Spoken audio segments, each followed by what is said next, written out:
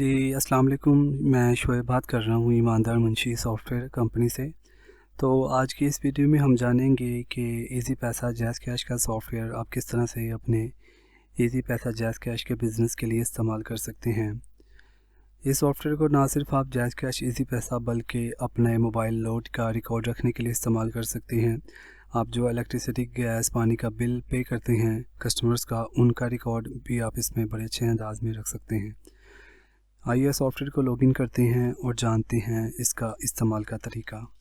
User name password की मदद से आप सॉफ्टवेयर लॉगिन कर लेंगे, जो कि आप अपनी मर्ज़ी का यूज़र नेम पासवर्ड रख सकते हैं और वक्त पड़ने पर बदल भी सकते हैं।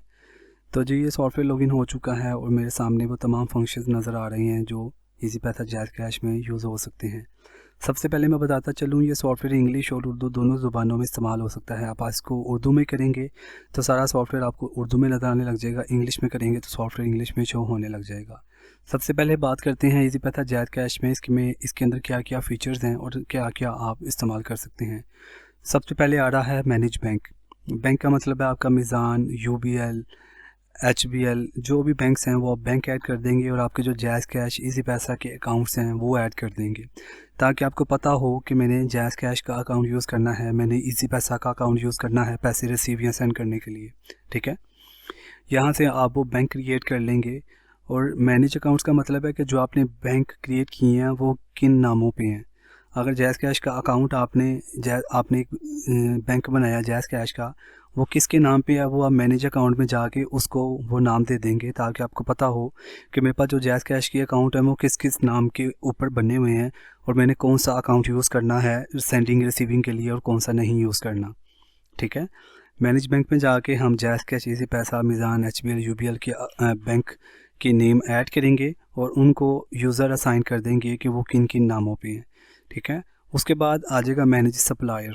मैनेज सप्लायर का मतलब है कि अगर आप जैज़ कैश स्टार्ट लेते हैं तो जैज़ कैश कंपनी से आप जैज़ कैश मंगवा रहे हैं, तो यहाँ पे आप वो कंपनीज़ के नाम मेंशन कर देंगे जिससे आप जैज़ कैश लेते हैं। एक तो लोकल कस्टमर्स आपके साथ चलते रहते हैं ना, कस्टमर आ गया, पैसे दिए, निकलवा लिए, आपने इसको दिए, पैसे सेंड हो गए आपको।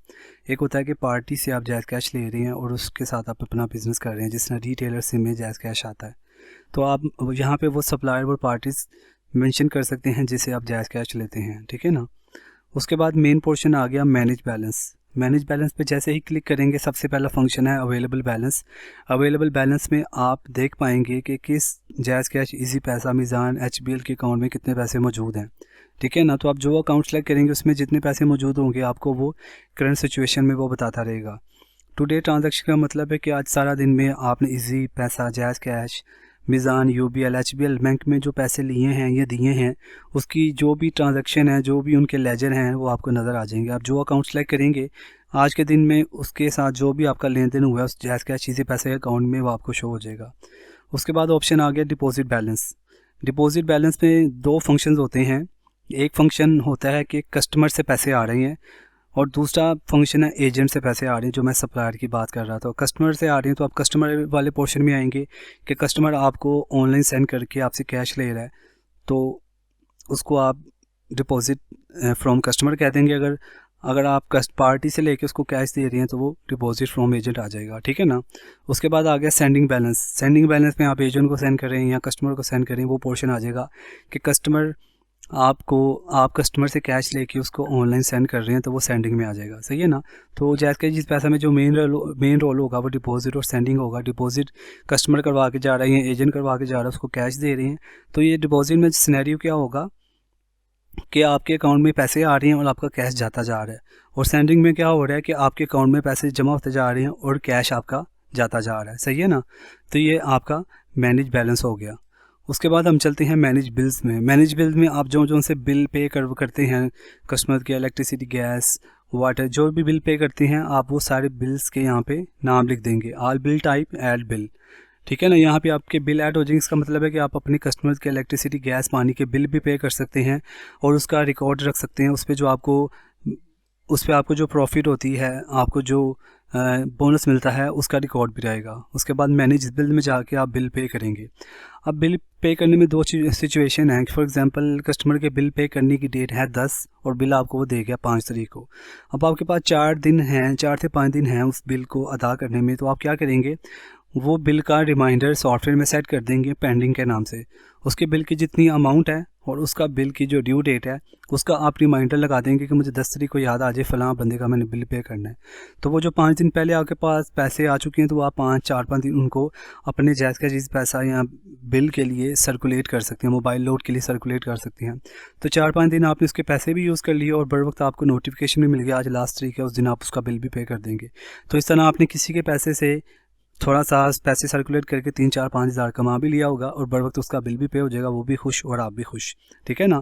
तो इस तरह आपके पास 5-10-15 जितने भी कस्टमर हैं, आपको पैसे जल्दी लगवा जाते हैं बिल के। तो आप 5-7 आपके पास जितने पैसे हों 5-7 दिन उनके साथ आप सर्कुलेशन कर सकते हैं। जायज़ का जिस पैसा में आप उससे कमीशन बोनस बना सकते हैं और बर वक्त सॉफ्टवेयर रिमाइंडर आपको जब दिखाएगा तो आप उनका बिल भी पे कर देंगे। तो इस तरह से भी एक आपके पास एज है लोगों के साथ, लोगों के पैसे के साथ सर्कुलेशन करने का। ठीक है ना।